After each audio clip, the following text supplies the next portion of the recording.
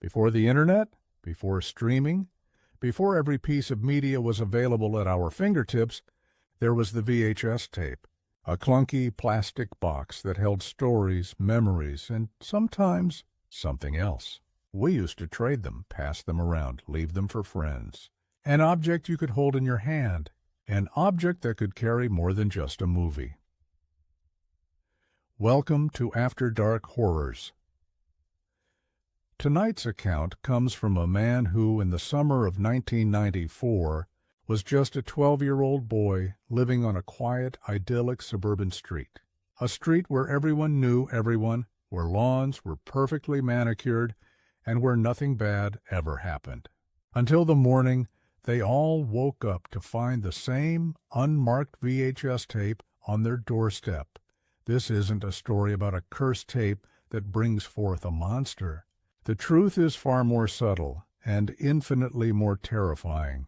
It's a story about what happens when something doesn't add to our world, but subtracts from it.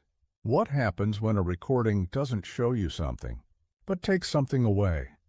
The man who sent us this story has spent 30 years trying to understand what happened to his street, to his neighbors, to his family. He has sent us his complete testimony along with the few pieces of evidence that remain. He wants this story told as a warning about the quiet, creeping voids that can open up in the most ordinary of places. So, turn down the lights, silence your notifications, and try to remember a time when the most frightening thing you could find was an unlabeled tape waiting to be played. This is After Dark Horrors, and this is the recording that erased a neighborhood. My name is Leo. I'm 42 now, but the story I'm about to tell you happened when I was 12. In the summer of 1994, if you're old enough to remember the 90s, you remember what summers were like, an endless ocean of time. You'd leave the house after breakfast and not come back until the streetlights came on, your knees scraped, your clothes smelling of grass and sun. I lived on Maple Street, and yes, it was exactly as cliché as it sounds. A cul-de-sac in a planned suburban community in Ohio.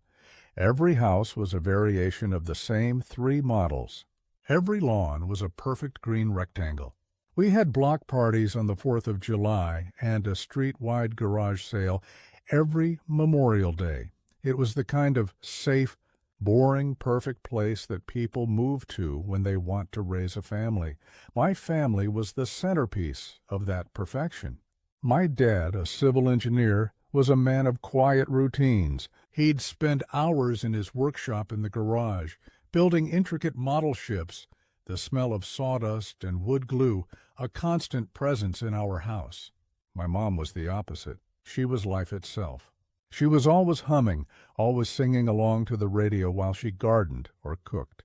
Our house was filled with her music, her laughter, and the scent of whatever ambitious recipe she was trying that week. That summer, the summer of '94, was the last good summer. It was the summer of The Lion King and Power Rangers and listening to Ace of Base on my Walkman. It was the summer before everything went quiet. It started on a Tuesday morning in late July. I was up early to get my paper route done. As I stepped out the front door, I saw it. Sitting on our welcome mat was a brown paper lunch bag. It was folded neatly at the top with no name, no writing on it at all. I figured it was for my dad. He was the head of the neighborhood watch, and people were always leaving him notes or baked goods. I picked it up. It was heavier than a bag of cookies. Inside there was a single object wrapped in a paper towel, a VHS tape. It was completely blank. No studio label, no movie title scrawled in Sharpie, no sticker from Blockbuster. Just a plain black cassette. The little white label where you're supposed to write the title was pristine, untouched. I took it inside, put it on the kitchen counter, and went on my paper route. As I rode my bike down the street, I noticed them. Every single house on Maple Street, all 14 of them, had a brown paper bag on its doorstep. Identical to ours. When I got home, my dad was in the kitchen holding the tape, turning it over in his hands. "Find this on the porch?" he asked. Yeah, every house got one. Weird, he said, but he was smiling. Probably some guerrilla marketing thing, for a new movie or something. Watch the mystery tape. My mom came in, humming a song from the radio. What's that? A mystery, Dad said, holding it up. The whole street got one. Oh, fun. Let's watch it after dinner, she said. Maybe it's one of those hidden camera shows. The thought that it could be something dangerous or malicious never even crossed our minds. This was 1994. This was Maple Street. The worst thing that had ever happened here was Mrs. Henderson's prize-winning roses getting trampled by a deer. That evening, after dinner, we gathered in the living room. It felt like an event. My dad, with a dramatic flourish, ejected the tape of my mom's recorded soap operas and slid the blank cassette into our VCR. The machine whirred, groaned, and clicked as it accepted the tape. My dad hit play. The screen flickered from blue to black. A low hum started, the kind of sound old refrigerators make, and that was it. That was the whole tape, or so we thought at first. We sat there for a full minute, watching a black screen and listening to the low hum. Well, this is exciting, my dad said sarcastically. Maybe it's one of those subliminal message things, my mom suggested. Like, if we watch it long enough, we'll all have a sudden urge to buy a specific brand of soda. But I was leaning closer to the screen. It wasn't just black. There was something there. A faint image, almost lost in the poor quality of the tape. Turn off the lights, I said. My dad flicked the switch, plunging the living room into darkness, lit only by the glow of the television. And now we could see it. The tape showed a room, an empty room. The camera was stationary, positioned in a corner near the ceiling, looking down. The room was small, square, with bare, off-white walls. There were no windows, no doors visible in the frame. The only object in the room was a single, simple wooden chair placed directly in the center. The lighting was flat and even, coming from an unseen source. That was it. A static shot of an empty room with a chair in it. Okay. I'm officially bored, my dad said after another 5 minutes. This is probably just a test tape from some factory that got mixed in with a real shipment. He reached for the remote to stop it, but my mom put a hand on his arm. Wait, she said. Look, she was pointing at the screen. Something was happening. It was almost imperceptible, but the image was changing. The shadows in the room were shifting, lengthening, as if a day were passing in hyperspeed. The light would brighten, then dim, then brighten again. A full day-night cycle seemed to be taking place every 2 minutes, and the dust. You could see dust motes dancing in the air, catching the shifting light. They'd swirl, settle on the floor and the chair, and then, as the light cycle completed, they would vanish, and the room would be pristine again. It's a time-lapse, I said, fascinated. A time-lapse of what? Dad asked. Nothing is happening, but something was happening. It was just happening very, very slowly. We watched for what must have been 20 minutes. The day-night cycles repeated over and over. The dust motes danced and settled and vanished. The chair never moved. No one ever entered the room. The only other sound was the constant low hum. It wasn't just coming from the TV speakers. It felt like it was coming from the VCR itself, from the tape. It was a sound you felt in your teeth, a low-frequency vibration that was deeply, primordially unsettling. After about half an hour, my mom started humming along with it. Not her usual cheerful tunes, but a low, monotonous, single note that matched the hum from the tape perfectly. Mom, you're doing it, I said. Doing what, sweetie? She asked, but she didn't stop humming. My dad finally had enough. All right, show's over. He hit the stop button. The screen went blue. The hum stopped. The silence that followed was jarring. My mom stopped humming, blinking as if coming out of a trance.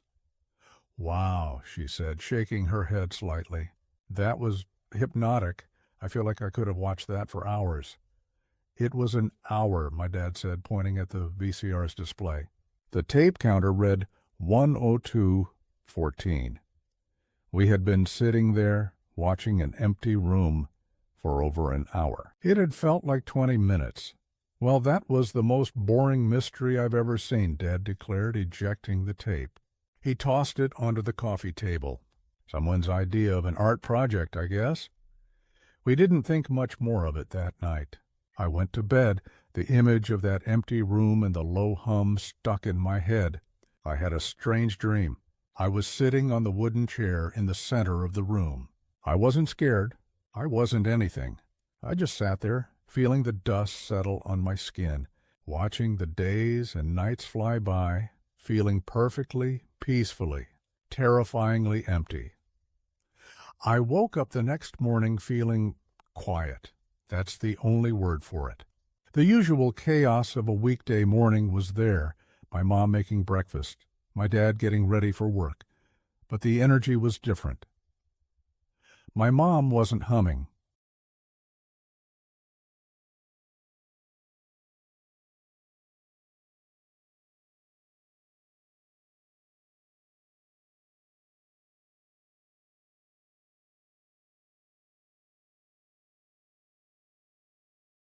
I didn't realize it at first. It was just a background noise I had grown so accustomed to that its absence was a silence I couldn't immediately identify.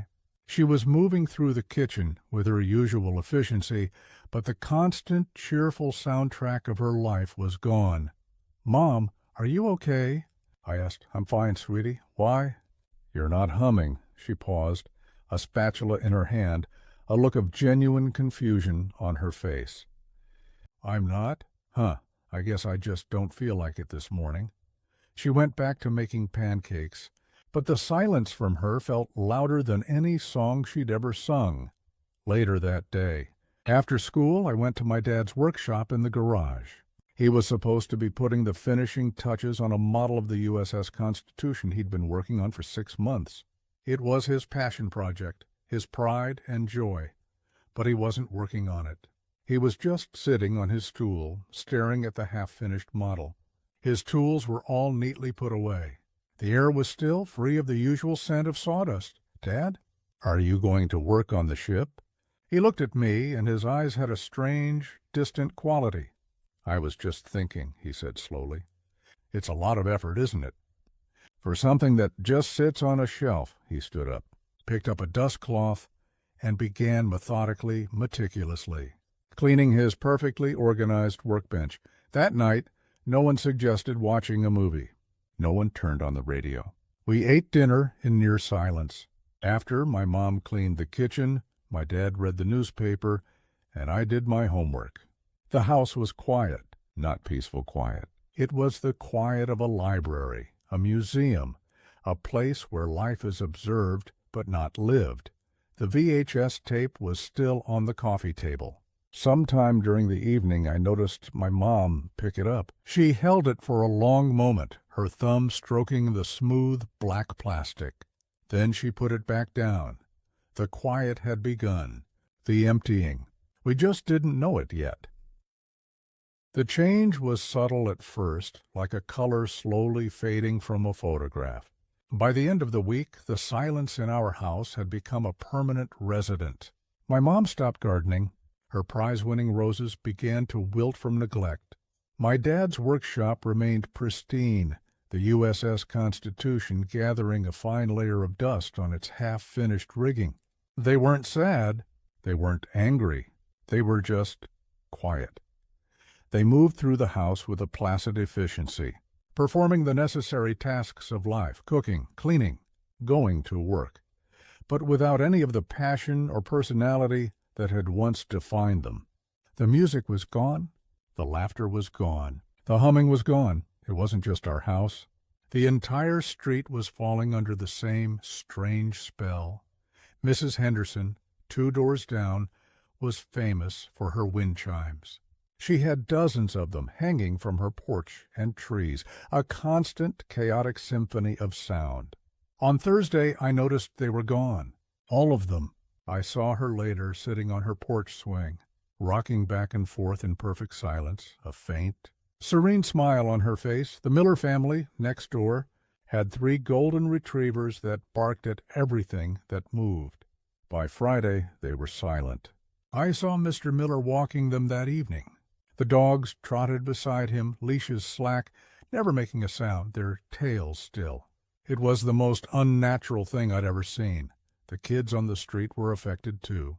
Our usual chaotic games of street hockey and capture the flag were replaced by quiet, solitary activities.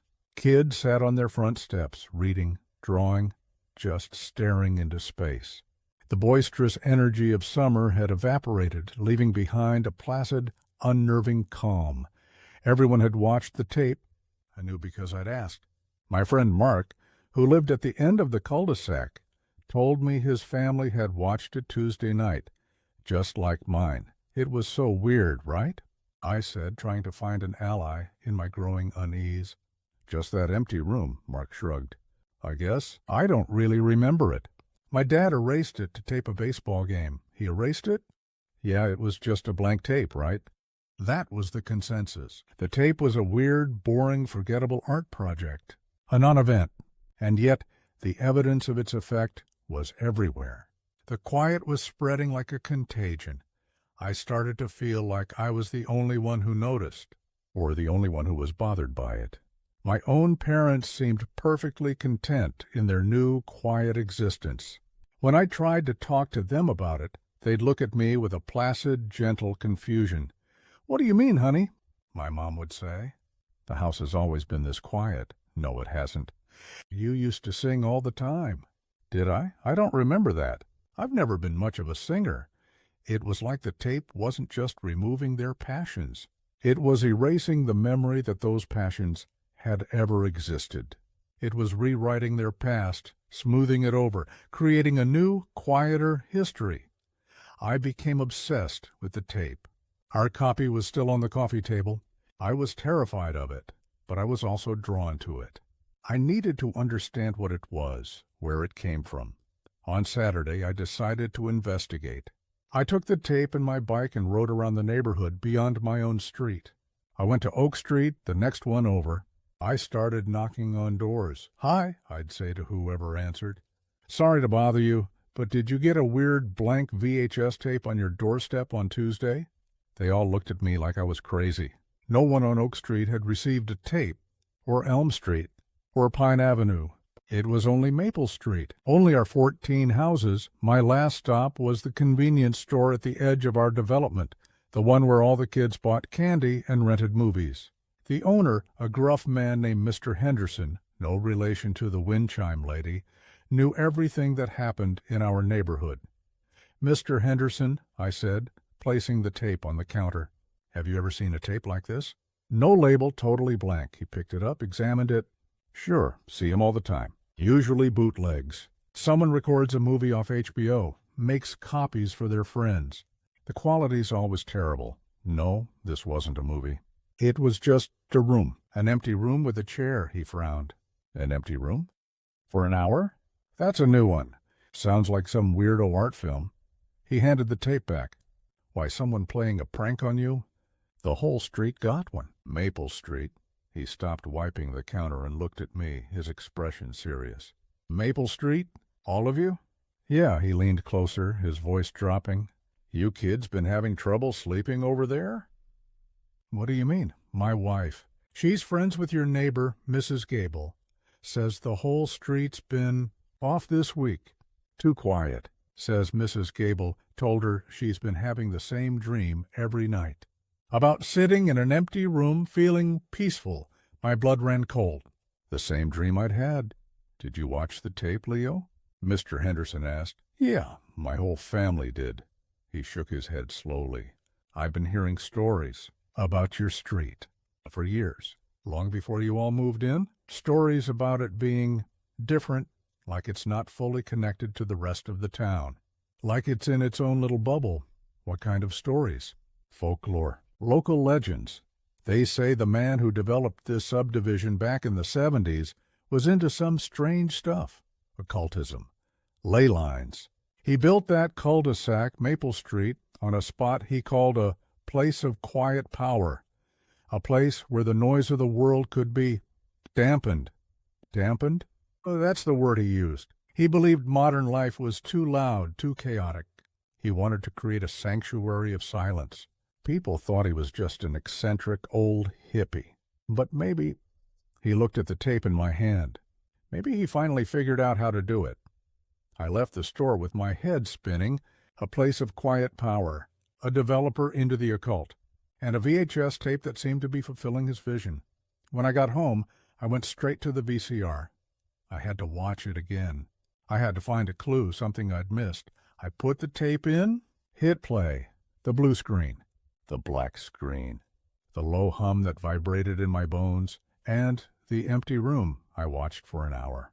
The light cycles, the dust motes, the silent waiting chair. Nothing had changed, but this time I noticed something new. Or rather, I noticed an absence, the hum. It wasn't just a sound, it was a frequency. And as I listened to it, I realized it was the exact inverse of the sounds that had disappeared from my life. It was the anti-frequency of my mother's humming, of my dad's workshop, of the dogs barking, of the wind chimes, of children's laughter. It was a sound designed to cancel other sounds, not just in the air, but in the source, in the people themselves. It was a sound that created silence. And as I sat there, mesmerized by the screen, I felt it happening to me.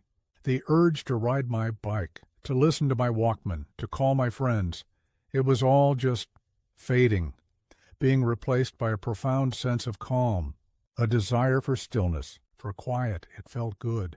It felt peaceful, and that was the most terrifying thing of all.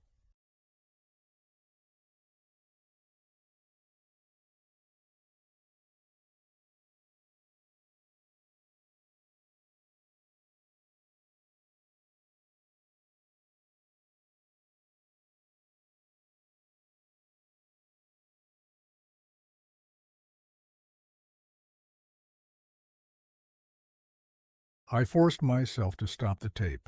I ejected it, my hand shaking. The desire for quiet was a physical pull, a siren song promising peace. I had to fight it. I was 12 years old, and I felt like I was the only person left on my street who remembered what life was supposed to sound like. I knew I had to get rid of the tape, but I couldn't just throw it away. What if someone else found it? And Mark had said his dad erased their copy. That gave me an idea.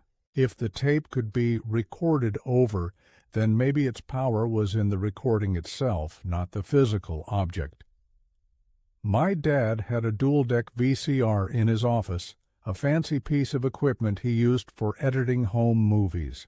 I took the tape in there, determined to erase it, to record over it with something loud, chaotic, and full of life.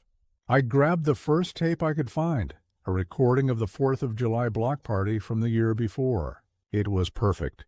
Fireworks, loud music, people laughing, kids screaming, the exact opposite of the empty room. I put the blank tape in the record deck and the block party tape in the play deck. I hit record, the machine whirred. I let it run for the full 2 hours, recording the noisy, joyful chaos of the block party over the silent, humming emptiness. When it was done, I felt a sense of triumph. I had fought back. I had brought sound back into the silence. I put the newly recorded tape into the VCR in the living room to check my work. I hit play. The screen flickered. The low hum began vibrating through the floor, and there it was, the empty room. The chair? The shifting light. My recording hadn't worked. It hadn't erased anything. It was as if the tape was unrecordable, as if the image of that room was burned into the magnetic tape, impervious to change. Defeated, I sat on the couch staring at the television. But as I watched, I realized something was different. The room was the same. The chair was the same. But there was something new. On the floor next to the chair was a small, dark object that hadn't been there before. I got up, my face inches from the screen, trying to make it out through the grainy resolution. It was a book, a small leather-bound book lying closed on the floor. The tape had changed, or my perception of it had. I watched for another hour. The light cycles continued. The dust motes danced. The book remained unmoving. The tape ended, rewound itself, and started again. The book was still there. It was part of the recording now. What did it mean? Was the room evolving? Was it reacting to my attempts to erase it? The next morning was another Tuesday, exactly 1 week after the first tapes had appeared. And on our doorstep, in the exact same spot, was another brown paper bag. My heart hammered in my chest. I picked it up. Inside, wrapped in a paper towel, was another blank, unlabeled VHS tape. I ran out to my bike. Down the street, every house had one. The second delivery, I didn't tell my parents. They wouldn't have cared. They were deep in the quiet now, moving through their placid, colorless lives. I took the new tape and hid it in my room. I had to watch it, but not with them. I had to watch it alone. That night, I waited until they were asleep. I had a small TV VCR combo in my bedroom, a birthday gift from the year before. I put the new tape in, my hands trembling. I put on my headphones, not wanting the hum to fill the house. I hit play, the black screen, the low hum, and the room. But it was different now. The chair was still in the center. The small leather-bound book was still on the floor beside it. But on the chair, there was something else, a model ship. It was my dad's USS Constitution, the one he'd abandoned in his workshop. It was sitting on the seat of the wooden chair, perfectly finished, its sails full, its rigging complete. I felt a wave of nausea. The tape wasn't just erasing things from our lives. It was taking them. The passion, the creativity, the joy. It was being siphoned out of my world and placed into that empty room on the tape. The room was a museum of stolen things, a gallery of what we had lost. I kept watching, horrified. As the light in the room cycled from day to night, I saw something else change. The book on the floor opened. Its pages began to turn one by one, moved by an unseen force. I couldn't read the words, but I could see it was filled with elegant handwritten script. And the ship. The ship was decaying. In fast forward. The sails yellowed and tore. The rigging frayed. The wooden hull splintered and cracked. With each cycle of light, it aged decades, centuries, until it was nothing but a pile of dust and rotten wood on the chair. Then the cycle began again. The dust vanished. The ship was whole again, pristine. The book was closed. The tape was a loop of creation and decay, a loop of taking and destroying. I ripped the headphones off, my heart pounding. I looked at the tape, this innocuous black plastic rectangle. It was a parasite. It was feeding on us, on our street. It was draining the life, the color, the sound, the passion from our world, and storing it like a trophy in its empty, silent room. And it wasn't done. This was only the second tape. What would the third one take? I knew I had to do something. I couldn't let this continue. I was just a 12-year-old kid, but I was the only one left who seemed to remember the world before the quiet, the only one left to fight back. My first thought was to destroy the tapes. All of them. I went to Mark's house the next day. "Mark, I need the tape your dad recorded the baseball game on." "What? Why?" He was sitting on his porch, listlessly throwing a tennis ball against the steps. "I just need it." "It's important." He shrugged, the gesture lacking any energy. I think he threw it out. Said the recording quality was bad. I went door to door. Every house, the same story. The tape had been erased, recorded over, or thrown away. No one had kept it. No one but me. I had my family's original tape and the new one from that morning. I took them to my dad's workshop. I put on safety goggles, took my dad's heaviest hammer, and smashed the first tape to pieces. The plastic shattered, sending shards and tangled ribbons of magnetic tape across the floor. I did the same to the second tape. I swept up the remains, put them in a bag, and buried it in the woods behind our house. I felt a sense of relief. It was over. I had destroyed the source. That night, I went to bed feeling hopeful for the first time in a week.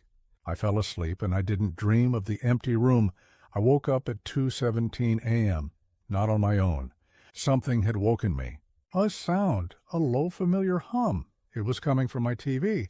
The screen was black, but it was on. The VCR was empty. I had destroyed the tapes. But the hum was there. And on the screen, the empty room was slowly fading into view, grainier than before, like a bad signal. But it was there, the chair, the book. And on the chair where the model ship had been was a new object, a mangled pile of black plastic and magnetic tape. The remains of the cassettes I had destroyed. The room wasn't on the tape. The tape was just a key that opened a door in our VCRs, in our minds, to the room itself. And by destroying the key, I hadn't locked the door. I had broken it wide open. The image on my TV screen was a declaration of victory. It was telling me that my act of defiance was meaningless. Smashing the tapes hadn't severed the connection. It had made it permanent. Before, the room only appeared when a tape was played. Now it was just there.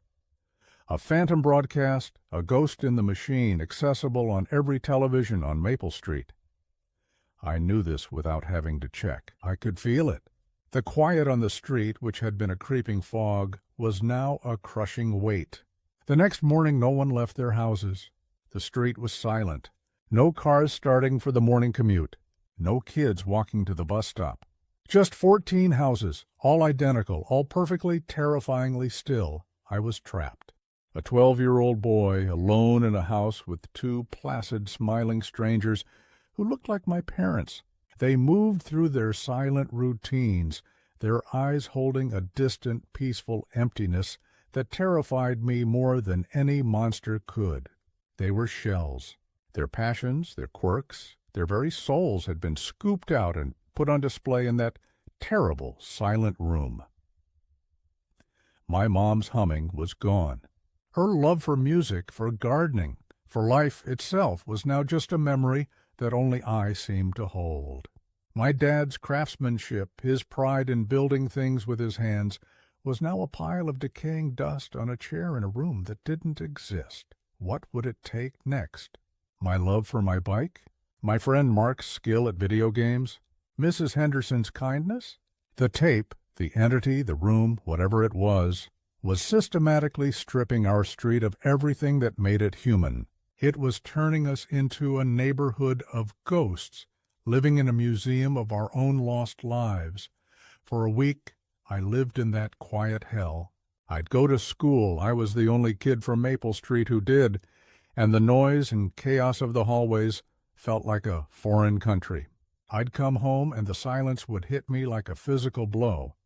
Every night at 2:17 a.m., every television in every house on Maple Street would turn on. The low hum would begin, and the room would appear. And every night, there was something new on the chair. One night, it was a collection of baseball trophies. The next morning, I saw young Timmy Gable, who had been the star of our Little League team. The room was a parasite, and it was methodically feeding on the souls of my neighbors. And I was the only one who seemed to be immune. Or maybe not immune. Maybe I was being saved for last. Maybe it was feeding on my fear, my desperation, my struggle. Maybe I was the main course. I had to do something. But what? I couldn't destroy the tapes. I couldn't unplug all the TVs. The connection was established. The door was broken open. I thought about what Mr. Henderson had said. The developer who built this street, the man who was into the occult, who wanted to create a sanctuary of silence. He had to be the key. He had created this problem. Maybe he knew how to solve it. His name was Alistair Finch. Not the same name as the psychiatrist from that other story you told, but close enough to be unsettling. A quick trip to the library, a place I now found deeply comforting for its intentional, organized silence, gave me what I needed. Alistair Finch had died in 1988, but his company, Finch Developments, was still around, run by his son. Their office was downtown. I skipped school the next day. I took a bus downtown, my heart pounding with a mixture of fear and resolve.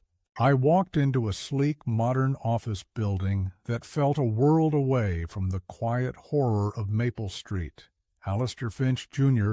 was the opposite of what I expected. He wasn't some shadowy occultist. He was just a tired-looking man in his 50s with a kind face and sad eyes. I must have looked like a crazy person, a 12-year-old kid showing up unannounced talking about haunted VHS tapes. But he listened, patiently.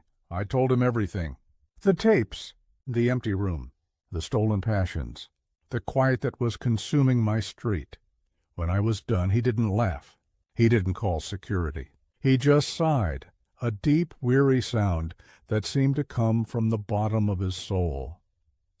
I was hoping this day would never come, he said. My father, he wasn't just an eccentric. He was a true believer. He was part of a society, a group that studied what they called resonant architecture and psychic geography. Ley lines, I said, remembering Mr. Henderson's words. More than that, Finch Jr. said. They believed that certain locations on Earth were like blank canvases, places where reality was thin, more susceptible to being shaped by conscious thought. My father believed your street, Maple Street, was one of those places. He didn't just build houses there. He built a containment vessel. Containment for what? For what he called the quiet room, or in his journals, the chamber of subtraction. It wasn't something he created. It was something he found, a pocket dimension, a void that exists parallel to our own, a place of absolute neutrality, absolute silence. And it's hungry. Hungry for what? For everything it's not. Passion, creativity, sound, life. It feeds on the noise of human existence. For years, my father and his society performed rituals to keep it contained, to keep it from bleeding through. They would feed it small, controlled offerings to keep it satisfied. But he died, I said. He died, and his society fell apart. The rituals stopped. The containment began to weaken. We hoped it would just fade away. He looked at me, his eyes full of pity. The tapes, that's a new development. It's learned to reach out, to create its own invitations. Can you stop it? He shook his head sadly. I'm a developer, kid. I build shopping malls. I don't know the first thing about occult rituals. All of my father's journals, his research, it's all stored at the old house, the one on Maple Street. Which house? The first one, number 1, the one on the corner, the old abandoned house at the entrance to the cul-de-sac, the one that had been empty for as long as I could remember. It's all in his study, Finch Jr. said. But the house has been sealed for years. It's not safe. After my father died, the presence in the house became much stronger. It's the epicenter, the place where the veil is thinnest. I have to get in there, I said. I have to find those journals. It's too dangerous. The last person who went in, a real estate agent, came out, changed, quiet, empty, just like your parents. But I knew I had no choice. It was the only lead I had. That night I prepared. I packed a backpack with a flashlight, batteries, a crowbar from my dad's silent workshop, and one other thing. My Walkman and a mixtape of the loudest, most chaotic music I owned. Grunge, punk rock, heavy metal. If the room fed on silence, I was going to bring the noise. At 2:17 a.m., as the TVs on my street flickered to life, I slipped out of my house and made my way to number 1 Maple Street. The house stood dark and silent, a dead tooth in the placid smile of the cul-de-sac. Using the crowbar, I pried open a ground-floor window and slipped inside. The silence in that house was different. It wasn't the empty, placid silence of the rest of the street. This was a heavy, predatory silence, the silence of a spider's web, waiting. I found the study on the second floor. It was just as Finch Jr. had described. Bookshelves filled with strange, leather-bound volumes, charts of stars and ley lines on the walls, and on a large oak desk, a single open journal. I shone my flashlight on the page.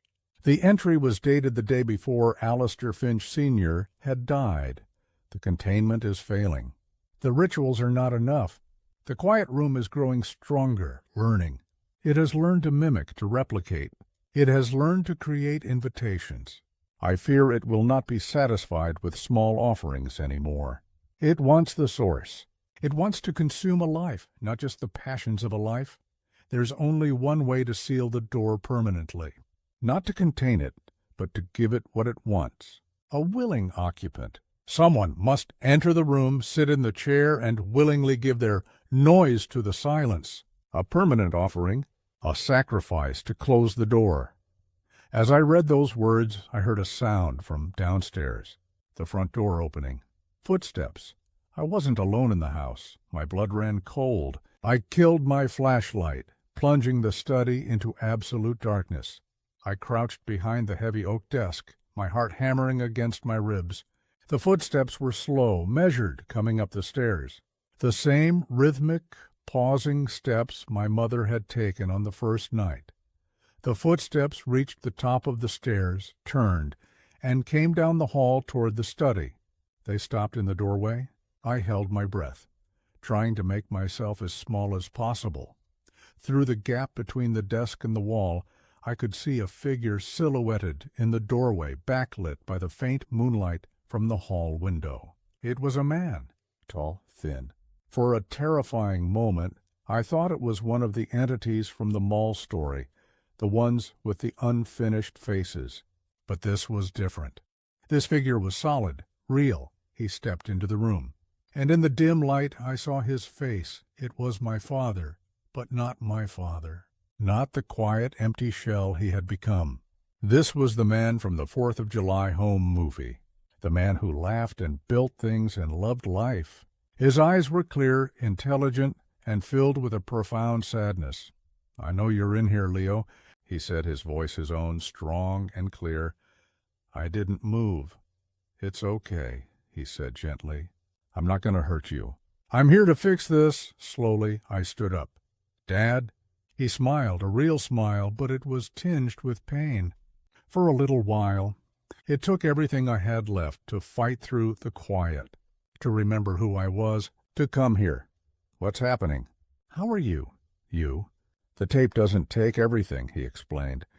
"It takes the passions, the noise, the things that make us who we are on the surface. But it leaves the core, the love, the protective instinct. It can't take that. And my love for you, for your mother, it was loud enough to remember, to fight back just for a little while." He walked over to the desk, looked down at his father-in-law's journal. "So you found it. You know what needs to be done." "A sacrifice," I whispered. "Someone has to go into the room," he nodded. "A willing occupant. Someone has to sit in the chair and feed the silence forever, to close the door." "No," I said, my voice shaking. "There has to be another way." "There isn't. Your grandfather, Alistair, he knew it. He was preparing to do it himself, but his heart gave out before he could. Since then, the room has been starving, getting more aggressive." The tapes were an act of desperation. It was trying to feed. He looked at me, his eyes full of a love so fierce it was almost painful to see. "You've been so brave, Leo. You're the only one who stayed loud. The only one who remembered. You saved us. Now it's my turn to save you. Dad, no, you can't. It has to be me," he said simply. "It took my passion, my craft, the ship. It has a taste for me already, and I am a builder. It's what I do. I will build a wall of silence around that room that will never be broken." He took a deep breath. "And I am a father. It's my job to protect my family. This is just the last project." Tears were streaming down my face. "I don't want to lose you. You already did, son. The man who builds ships, who laughs too loud at bad jokes, he's already gone. He's dust on a chair in an empty room. This," he gestured to himself, "is just an echo, a memory. I'm just here to turn out the lights." He walked to the center of the study. "The veil is thinnest here. This is where Alistair did his rituals. This is the door." He closed his eyes. He began to hum, a low single note, the same frequency as the hum from the tape. The air in the room began to vibrate. The space in front of him shimmered, distorted, like heat haze. The empty room began to fade into existence. "Once I go in, the door will close," my dad said, not opening his eyes. "The connection will be severed. The tapes will become just tapes. The TVs will become just TVs. The quiet will lift. Your mother will remember how to sing. The neighbors will remember how to live. It will be like waking from a long, quiet dream. Will I remember?" I asked, my voice choked with sobs. "You will. Someone has to. Someone has to remember the cost of the quiet. Someone has to be the guardian of the memory." He opened his eyes and looked at me one last time. "I love you, Leo. Tell your mother I love her. Tell her to plant some new roses." He turned and stepped into the room. He walked to the chair, turned, and sat down. He looked directly at me, and he smiled. A peaceful, accepting smile. And then the room and my father faded from existence. The predatory silence in the house was gone, replaced by the normal quiet sounds of an old house at night, the creak of the floorboards, the sigh of the wind outside. I stood in the study for a long time, crying. Then I went home. I walked into my house, and the first thing I heard was music. My mom was in the kitchen, a radio playing softly on the counter, and she was humming along as she wiped down the counters. She saw me, and her face broke into a real, warm smile. "Leo, you're up late." "Couldn't sleep, Mom." "Yes, sweetie? Do you remember the tape? The quiet?" She looked confused. "What tape? Honey, are you feeling okay? You look like you've seen a ghost." She didn't remember. None of it. The tape, the quiet, the empty days. It was all gone, erased. I went to the garage. The lights were on. The smell of sawdust was in the air. And on the workbench, my dad's tools were scattered around the half-finished model of the USS Constitution, exactly as he had left it over a week ago, as if he had just stepped out for a moment and would be right back. But he wasn't coming back. The next day, Maple Street woke up. The wind chimes were back. The dogs were barking. Kids were yelling and laughing in the street. It was loud. It was chaotic. It was beautiful. No one remembered the week of silence. To them, it had never happened. It was a lost week, a blank spot in their collective memory. Only I remembered. I was the guardian of the memory, the one who knew the cost of the sound. I went to the library and looked up Alistair Finch Sr. again. His obituary was still there, but now there was another one, right next to it. From today's paper, James Mitchell, 45, civil engineer, passed away peacefully in his sleep, survived by his wife, Sarah, and his son, Leo. He was a beloved member of the community, a talented craftsman, and a loving father. He will be remembered for his quiet strength. The world had rewritten itself around his absence. He hadn't disappeared. He had simply passed away. A quiet, normal death. The perfect cover story. I am 42 now. I have a family of my own. We don't live on Maple Street. I could never go back there. My mother sold the house a year after my father died and moved to Florida. She's happy. She sings every day, but I carry the quiet with me. I remember. And I understand things that other people don't. I understand the fragility of our reality. I understand that there are places, things, voids, that are hungry for the very things that make us human, and I understand that sometimes the only way to fight the silence is for someone to willingly become a part of it, to become a permanent silent offering, a father who builds one last thing, a wall of silence to protect the family he loves. I still have the tapes, the smashed pieces I buried in the woods. I dug them up a few years ago. They're just broken plastic now. The power is gone. The door is closed, but sometimes, late at night, when the house is quiet, I can almost hear it. A low, faint hum, the sound of a silent room where a man sits on a chair forever. A guardian, my father, holding the silence at bay so the rest of us can continue to make noise.